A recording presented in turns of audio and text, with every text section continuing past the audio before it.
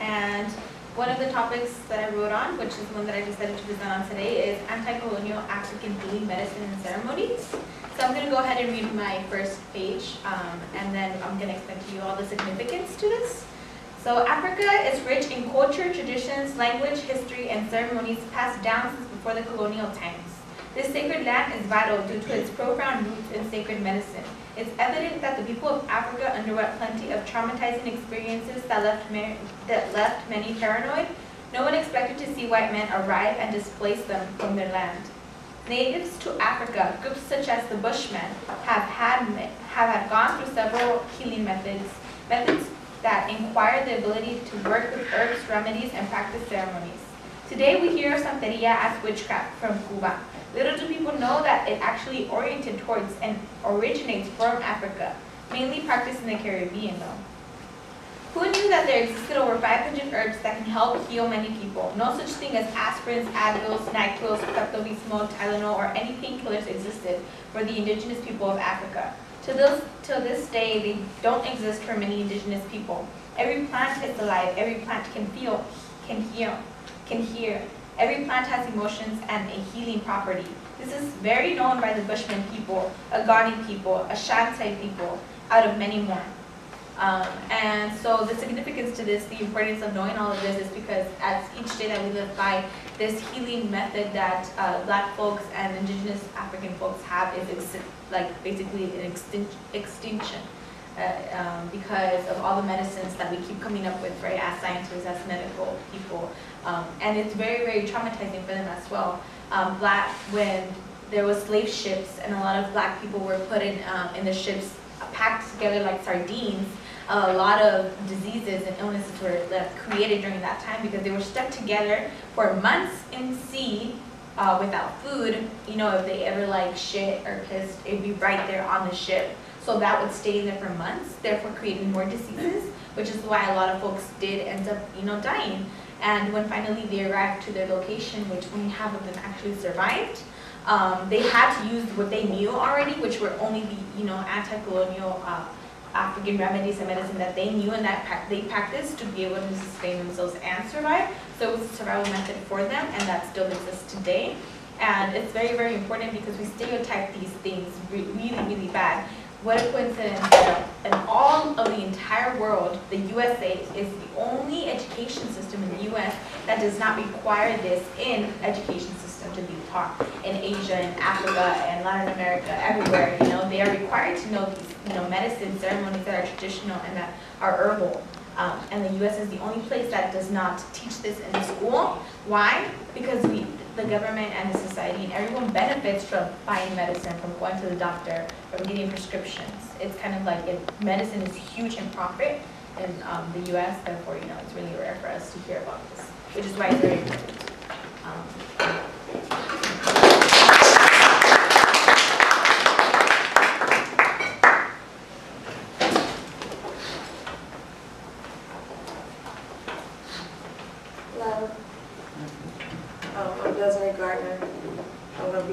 I wrote about Black women's beauty. I've stage fright, so I work with me. So Black beauty, what is Black beauty? A combination of qualities such as shape, color, form, that which pleases the aesthetic senses. European standards of beauty emphasizes on skin color and hair types that excludes many Black women. Skin color plays a huge role in beauty standards. This can be traced back all the way to slavery. Slaves was taught to hate dark skin and natural hair. For example, like dark-skinned slaves were normally like field slaves that would cover their hair with like scarves and different things. As far as like light-skinned slaves would be in the house, like being like maids, and they would wear wigs like their slave owners. These standards affect many Black women in a way that makes them more vulnerable to society, causing some hate, meaning that they hate like how they look naturally. So they go looking for ways to change their appearance, like their hair. In 1845, the hot comb was invented, but it wasn't until the early 1900s when it was improved by Amy Malone and Madam C.J. Walker. straight hair became a trend in the black community. However, the humidity would make our hair like frizzy and really curly, so they took different measures. That's when Garrett Morgan, he actually didn't create the relaxer. He actually was trying to make a solution to ease the friction of sewing machines. And so he decided to test the cream out on like dog fare and straighten the hair. So he decided to make it a hair product, which became a relaxer. So everyone started chemically treating their hair to make it straight so they could fit in society. Media also plays a huge role in what women see as like beauty. Like as a child, you grow up seeing like TV shows with thinking that that's what you're supposed to look like. So they grew up thinking, oh, I'm not beautiful. So they do like modifications like skin bleaching and stuff like that. So they get like tummy tucks, skin bleaching, body modifications. I have a picture of like Nicki Minaj before she became famous and how she looked now. Can you see it? Mm-hmm. Like this is when she, like before she became famous, she was like in her teens, and this is how she looked now. And that's like, now everyone is trying to do that. Everyone is going to get butt shots and tummy tucks and everything. And it's just like, society plays like a huge role in how, not just black women, but women in general, how they see themselves. That's what I wrote about.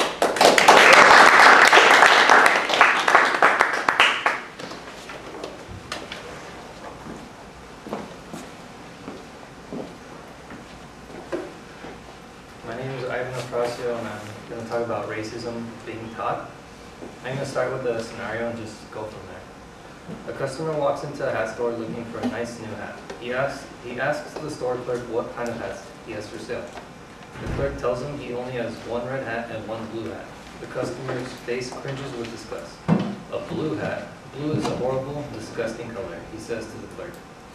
It's just a color. Why does he harbor such hate for it? Was he born hating the color blue? Of course not. Nobody's born hating just a simple color.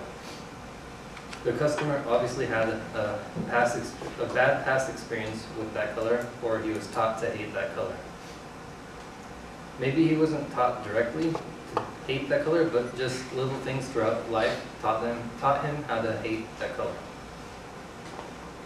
And if you think about it logically, it doesn't really make sense to just hate a color, so why would it make sense just to hate a skin color?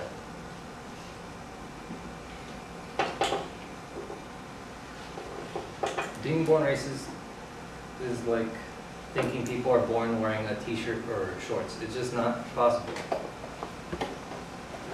I don't think that all racism is being like directly taught. Like some parents might tell their kids like stay away from dark-skinned people, but I think most racism is taught unknowingly.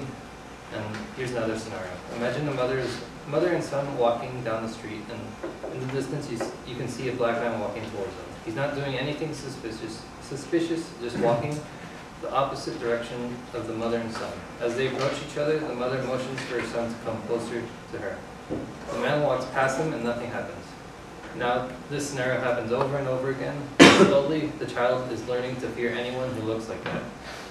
Anyone who has that skin color.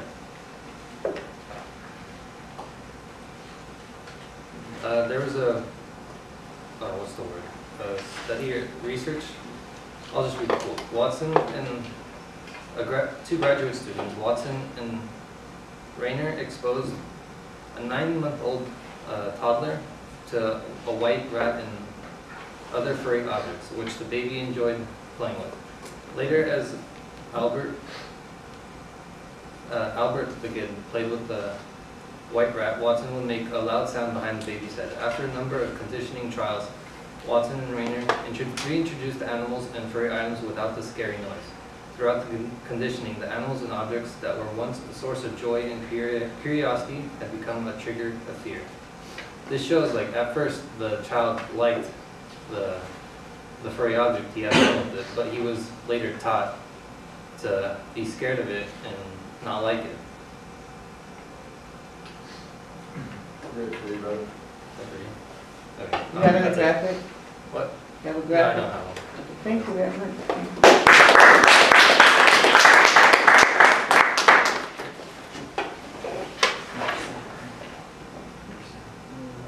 8.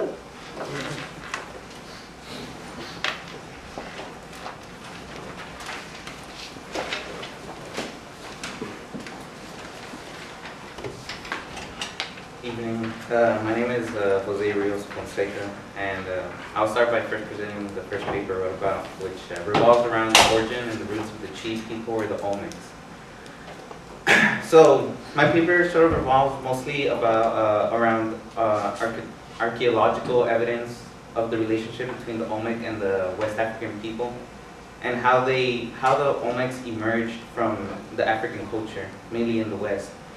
So a lot of the architecture, archaeological, yeah, I was missing. Sorry. A lot of the archaeological evidence mainly revolves around the similarity between the languages compared in both cultures. For example, they found the archaeologists actually found something called the Cascabajal tablet. The Cascabajal tablet has Olmec script. It was found in the Mesoamerican area and around the central Mexico. The archaeologists actually managed to decipher it using much of the linguistic properties of the West Africans. One of them were the vice script, which was a Saharan technique used to inscribe language into these tablets that were found in the Sahara. And also the Malinke Bambara language that was similar between both cultures after the decipherment of the Olmec tablet. So the language was the same technically after the decipherment using the Saharan method, which showed a direct relationship between the Olmec and the West African people. So there's no other way the Olmecs would have gotten the language without being from West Africa. So that's one of the most strongest pieces of evidence there is for the relationship of the Olmec. And most of my paper revolves around that archaeological evidence. And some of it is physical appearances and linguistics. And for my other paper, I wrote about the Harlem Renaissance, which took place during the Roaring '20s, which was a great time for the Americas. It was a time of economic buoyancy and social euphoria. What happened was after World War I, many people came back with happiness, and after the Civil War was over, a lot of people were very content, even though there was still racism. However, with the buoyant economy that came with the 1920s, a lot of Africans and a lot of artists moved to the north, mainly in the Harlem area. That's why thus the name Harlem Renaissance. African Americans managed to make a name for themselves. They began to show their expressions through the arts, and many of them were being suppressed by whites, mainly through the same reasons as Lumumba was suppressed, because you can't have communities being together and forming connections, because then you get a stronger community that could fight racism. So the old Southern ideology was being rebuilt in the North during the Harlem Renaissance, which sort of crushed the beautiful arts that were being presented by the African people. And well, that concludes my presentation.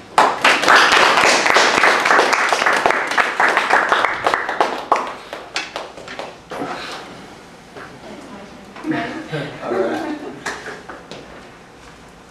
I'm just going to scream at you every time a minute goes by, okay? Please. Okay, my name is Brianna Kier. So I did my final monograph on the introduction of crack cocaine to Black America and the major impact it had on African American communities.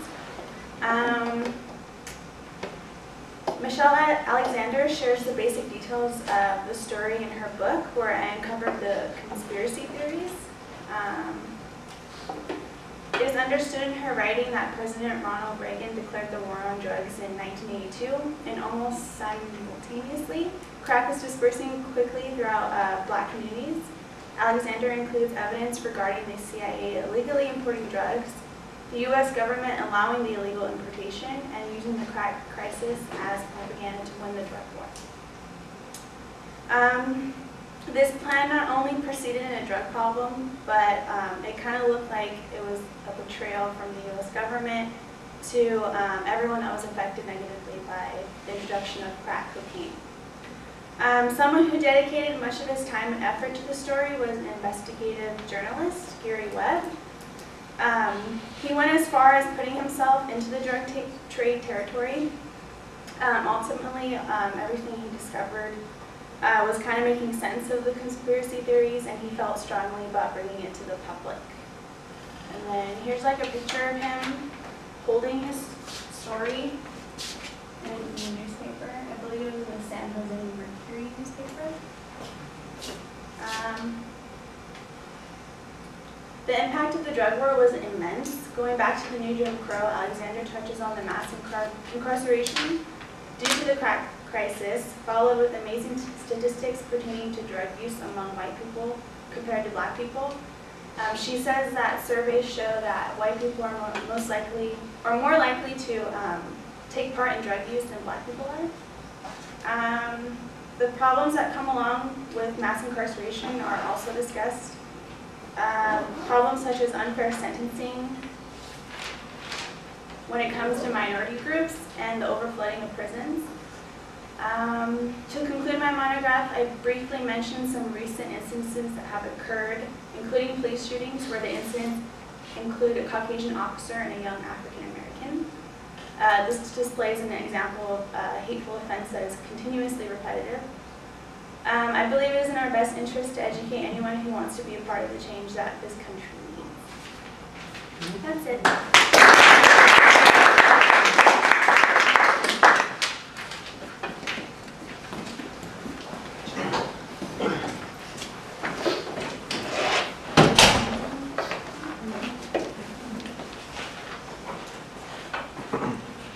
My name is Jared. I did my paper on African economics.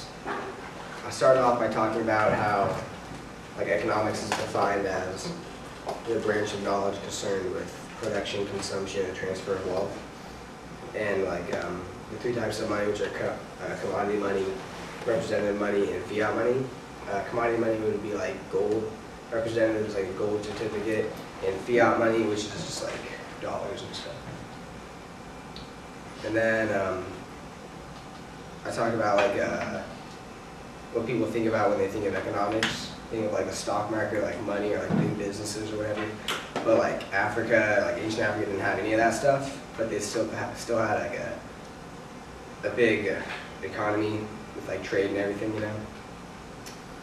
And yeah, they mainly use just commodity money, just trading gold and salt and stuff. Most of the gold came from the sub-Saharan areas, and salt came from the Mediterranean. And they had camels, and that made it so they can trade with both those areas, you know, because they couldn't cross the Sahara Desert without camels. And then later on, they introduced cowrie shells, and they used those as money. But most people traded just goods for goods.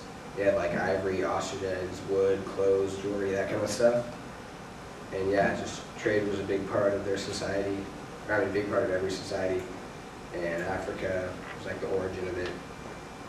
And yeah.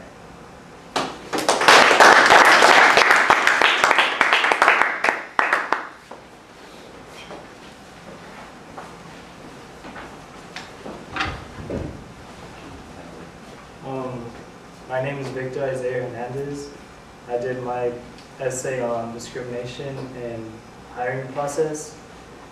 I'm just skimming through some parts of my essay. African Americans have been discriminated for a long time now. Although federal laws make discrimination illegal, it has not stopped employers to make it difficult for African Americans to find jobs.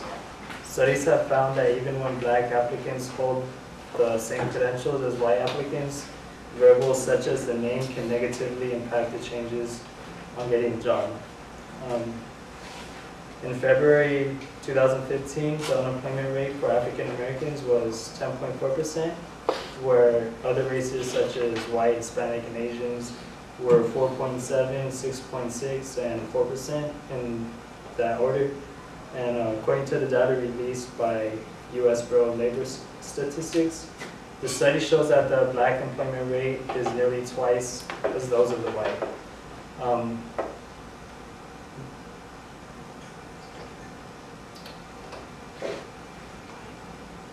There was a research done by a man named Jalen Ross.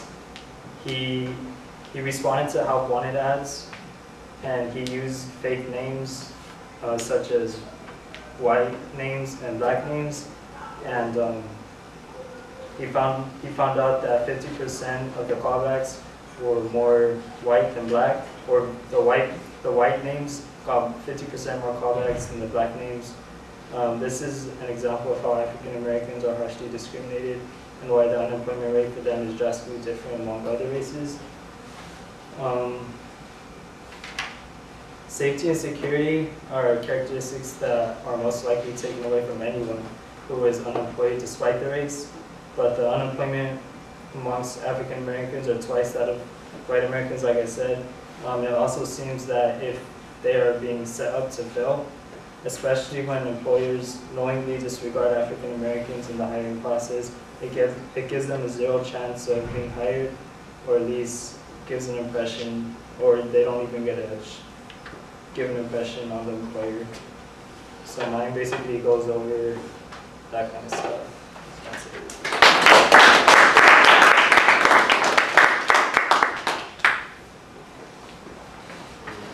Well,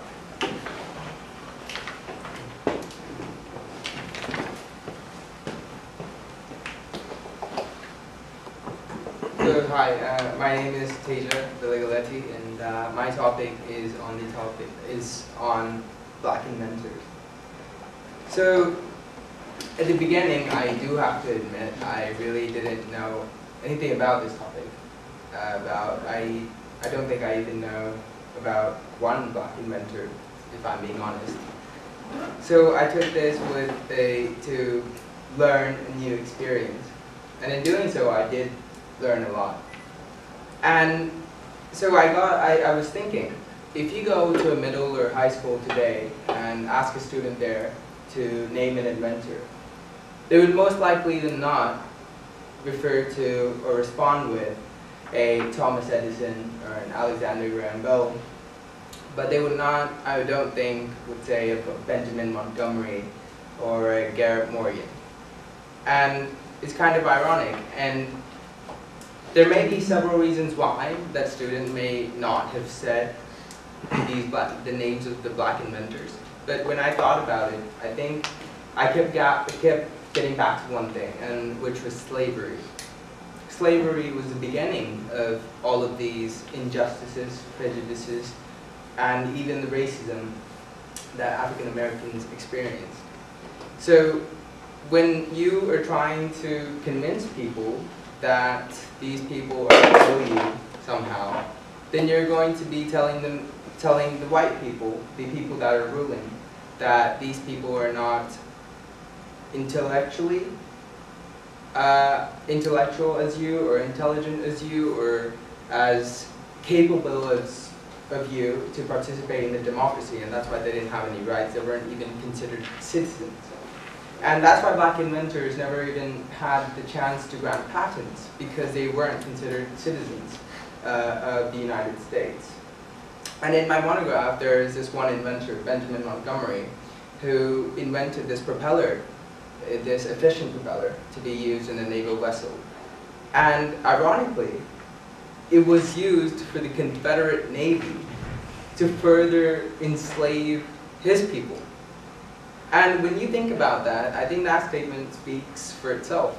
Because his invention, when at this time, people were calling for further enslavement of Africans, or to continue enslavement of the Africans, simply because they were inventive. They were perceived as a threat.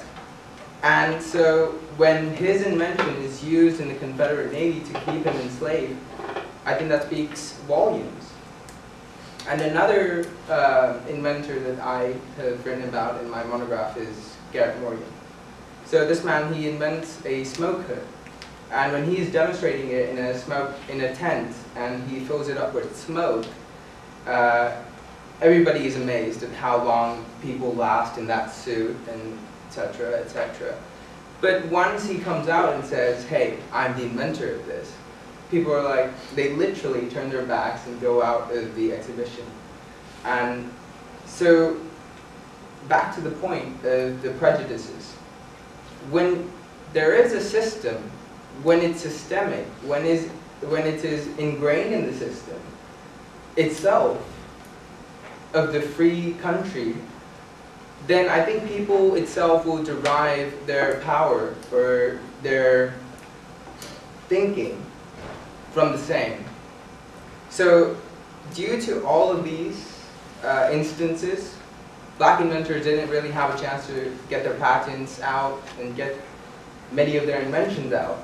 And because of that, their masters also took credit for inventions that they had produced and they had invented and things like that. So at the end of the day, all of this, and I kept getting back to, was slavery and its consequences and its effects, its adverse effects on the people that you still see even in 2015. That's quite to think about, I think. Thank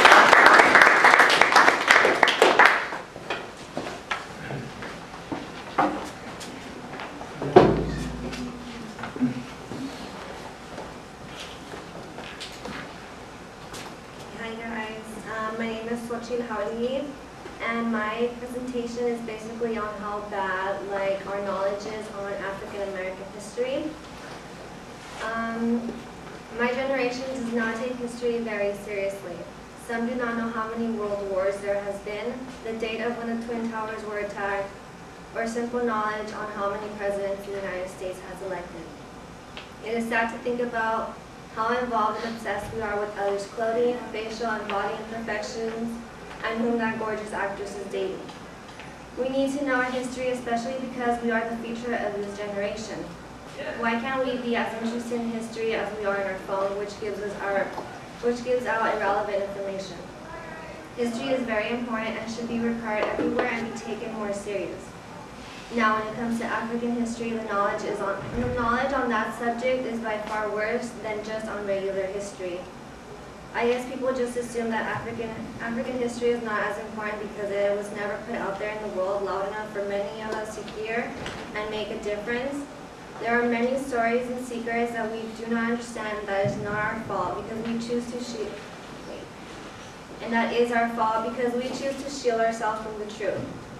We choose to ignore and pretend not to see. We tend to be completely oblivious to the truth. Many people have this view of Africa and won't allow their minds to expand outward into actual events and cultures. People see disease and hunger, they see the negative. Although the negativity can be found anywhere, it does not matter where your location is. Africa was just a primitive place overrun by savages. What we don't understand is that Africa did not begin in slavery. It is a continent which is now recognized as the birthplace of humanity and the cradle of civilization. For more than 100 years, Africans were transported across the Atlantic against their will as slaves to first the British and the French colonies, and later the United States.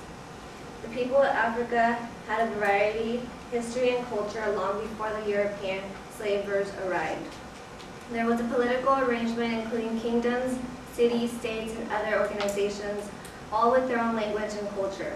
Africans are credited with giving rise to the many specific developments associated with Egypt. They were especially skilled with architecture, medicine, astronomy, and engineering.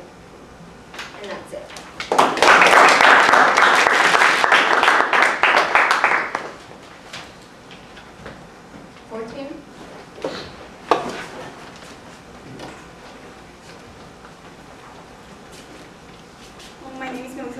My presentation is about African American lives after slavery and how their rights have been violated over and over through history. First, through slavery. And by the way, slavery was abolished through the 13th Amendment after the Civil War. And because white people were the ones who were in power, they created laws like the Black Codes, which limited their choice of African American people's choice of employment, ownership of property, rights in court. Also, African American people were forced to accept unfair working conditions and long contracts, and if they escaped, they could be returned by force. They created laws like vagrancy, which made it a crime to be unemployed. And this law only applied to Black people, not white people. White people created this law on purpose because the 13th Amendment has an exception for involuntary crime, involuntary servitude. It says that it can be applied, involuntary servitude can be applied as a punishment of a crime, and because vagrancy was now a crime, they tried to incarcerate as many Black people as possible to get free employees. Finally, in 1866, they got civil rights, but still most white people resisted and some even reacted with violence. An example of this violent reaction was a group called the Ku Klux Klan, which were people who killed or threatened Black people who dared to vote or to teach in public schools. Then they went through the Jim Crow laws. They were facing now that they were under the status separate by equal. Therefore, they were facing segregation, and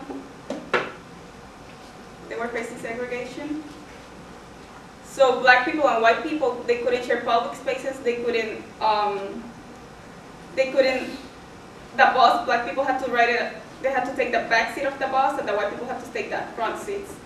And just to finish, I think that is Michelle Alexander, the one who says that the civil rights of 1866, they were an illusion because they existed on paper, but they didn't exist in real life. So that's it.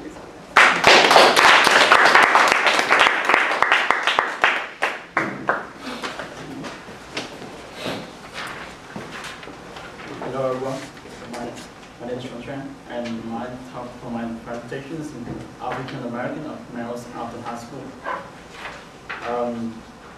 So first I want to say the National Association for the Advancement of Colored People. Because that's what three Black males from today can expect to spend time with freedom during his lifetime. Although that data is so old, if we take a closer look, we find that the statistics may not be fair up. As with the advantage taking point, we've seen over the years, this one has been repeated and repeated over decades, and they have without being a bit, despite evidence that we underlie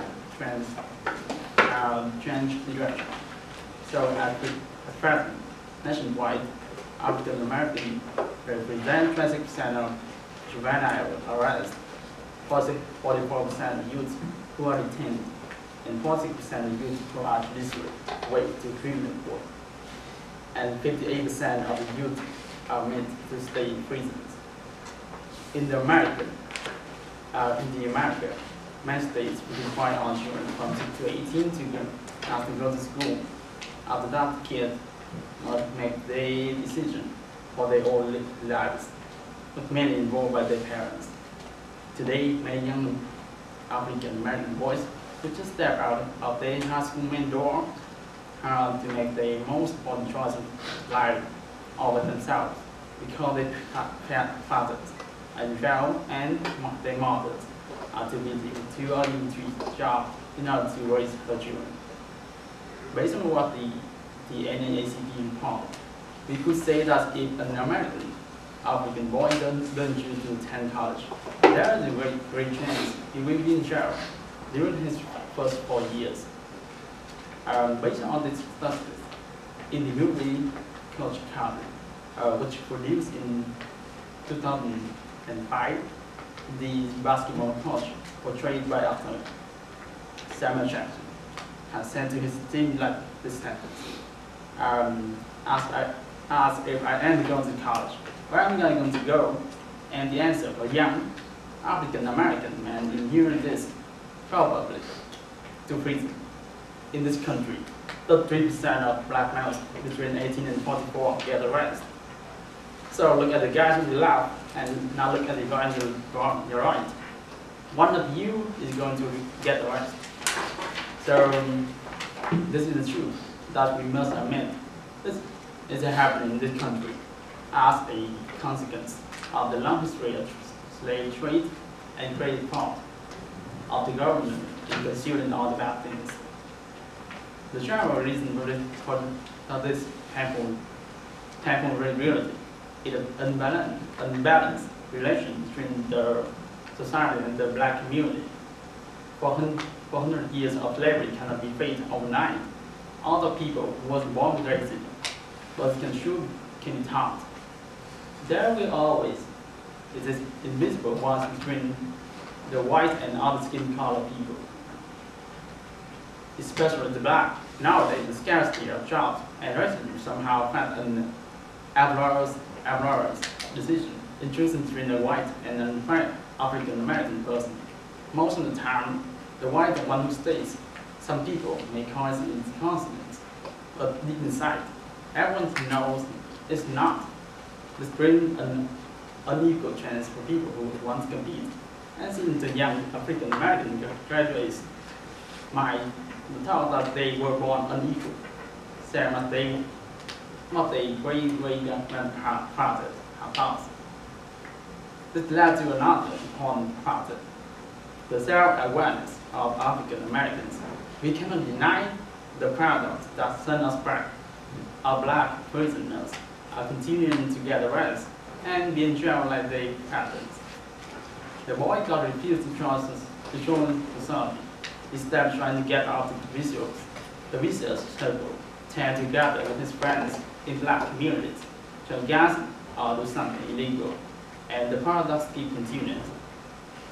Back to the case, as I said above, if a black boy doesn't attend college, there is a great chance that he will end up finding himself in jail after a couple of years. That's it. Thank you.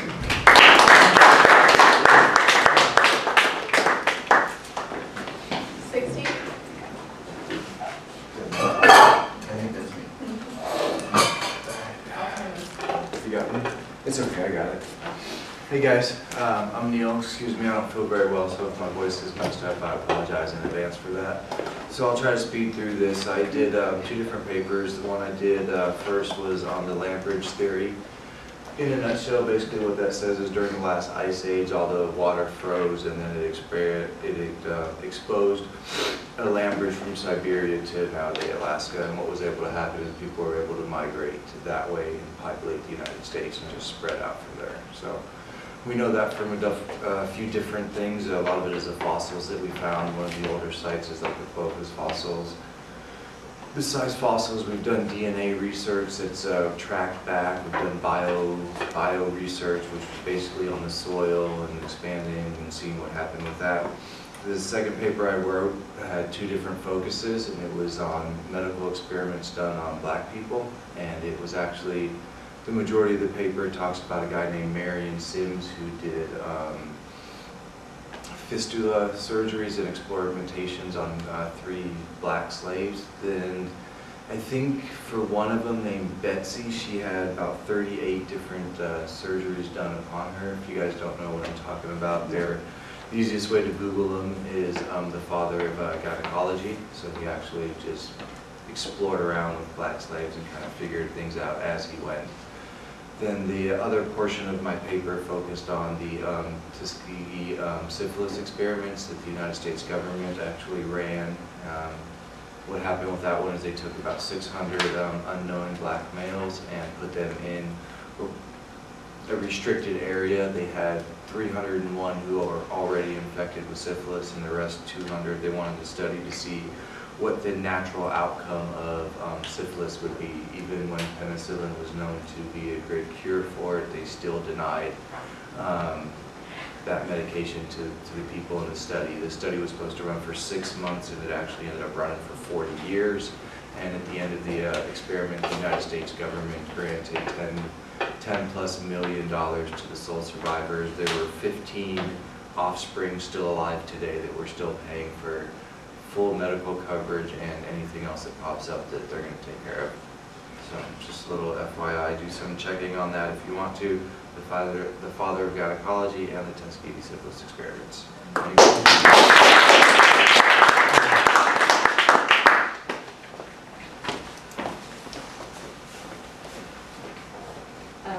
Hi, Jennifer. The first paper I wrote about was just the family structure in Africa, and what they usually do was extended families, and they were polygamous. But the most common was polygyny, which is a man marrying many women. And I was just explaining the difference between the nuclear family, which is our family, just mom, dad, daughter, son. And then I wrote how curious it was that first wife in the extended family was actually like really important, and everybody would look up to the first wife. And it was like a lot of people didn't do anything until she did it, kind of thing. Like in the book, when things fall apart, Anasi was the first wife, and they would always explain how she was like beautiful, strong, and built, and how she had more authority than the other women. And then in my second paper, I wrote about the curriculum in schools and how they don't really teach about Black history, and how we only have like 1 month of Black history, when really it should just be like incorporated like throughout the whole year. And then I was writing about how a lot of African American families are now homeschooling because they feel like, first off, they're not teaching a lot about African history, and then they feel like there's a lot of racism going on, especially like with white teachers, how like they like kind of separate the Black students. And yeah, that's pretty much it.